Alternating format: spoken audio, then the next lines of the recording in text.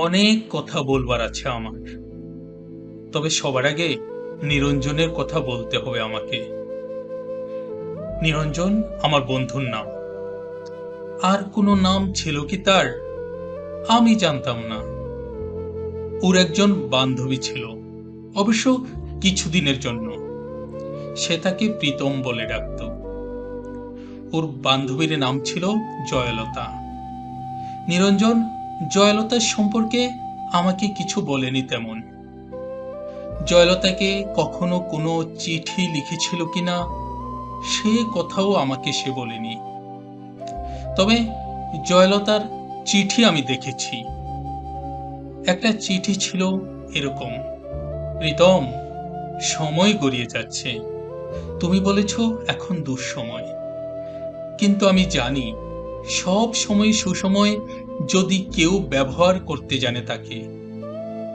আমি বুঝি বেশি দিন নেই। যদি পারো এক্ষুনি তুলে নাও, নইলে অন্য পুরুষ ছিবড়ে খাবে আমাকে।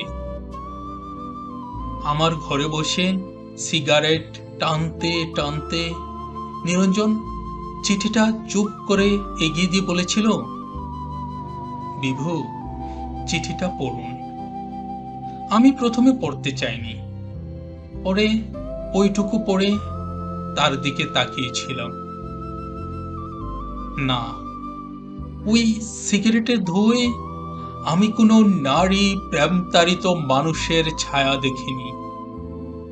ভয়ানক, নির্বিকার।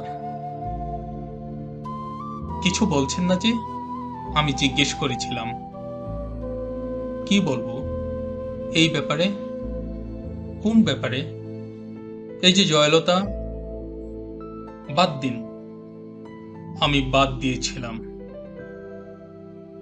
নিরঞ্জন আমার ঘরে বসে অনেকক্ষণ সিগারেট টেনে টেনে ঘরটাকে অন্ধকার করে চলে গিয়েছিল সেদিন। জয়লতার সঙ্গে অন্য পুরুষের বিয়ে হয়েছিল। আমি জয়লতা এবং অন্য পুরুষটিকে দেখেছি বহুবার বিশ্ববিদ্যালয়েই।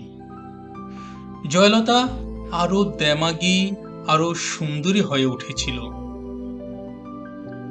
অন্য পুরুষ ছিবড়ে খেলে মেয়েরা বুঝি আরো সুন্দরী হতে থাকে। এ কথার সূত্রে সেদিন নিরঞ্জন আমাকে বলেছিল, মানুষকে এত ক্ষুদ্রার্থে নেবেন না। মানুষ এত বড় যে আপনি যদি মানুষ শব্দটি একবার উচ্চারণ করেন, যদি অন্তর থেকে করেন উচ্চারণ, যদি বোঝেন এবং উচ্চারণ করেন মানুষ, তো আপনি কাঁদবেন।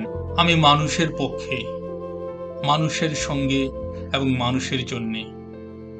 হ্যাঁ, মানুষের মুক্তির জন্য নিরঞ্জন মিছিল করত।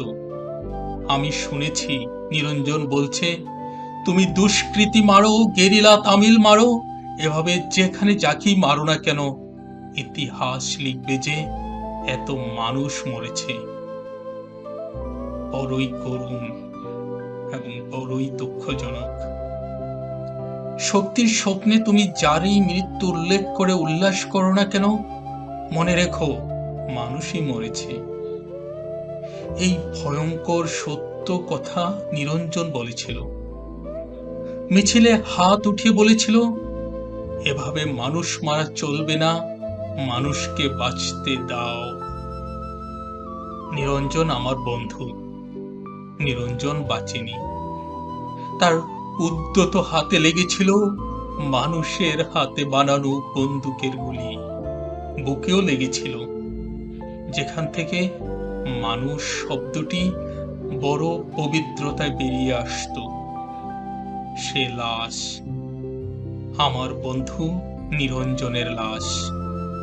আমি দেখেছি রক্তাক্ত ছিন্ন ভিন্ন লাশ।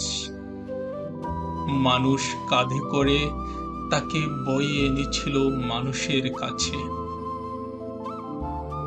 জয়লতা সে লাশ দেখেছিল কিনা সে প্রশ্ন উঠছে না। দেখলেও যদি কেঁদে থাকে, সে প্রকাশ্যে অথবা গোপনে, তাতে নিরঞ্জনের কোনো লাভ হয়নি। মানুষ কেঁদেছিল, আমি জানি তাতে নিরঞ্জনের লাভ ছিল। নিরঞ্জন প্রমাণ করতে পেরেছিল গতকাল মিছিলে আইন অমান্যের অভিযোগে যে দুষ্কৃতী মারা গিয়েছে তার নাম নিরঞ্জন। সে আসলে মানুষ।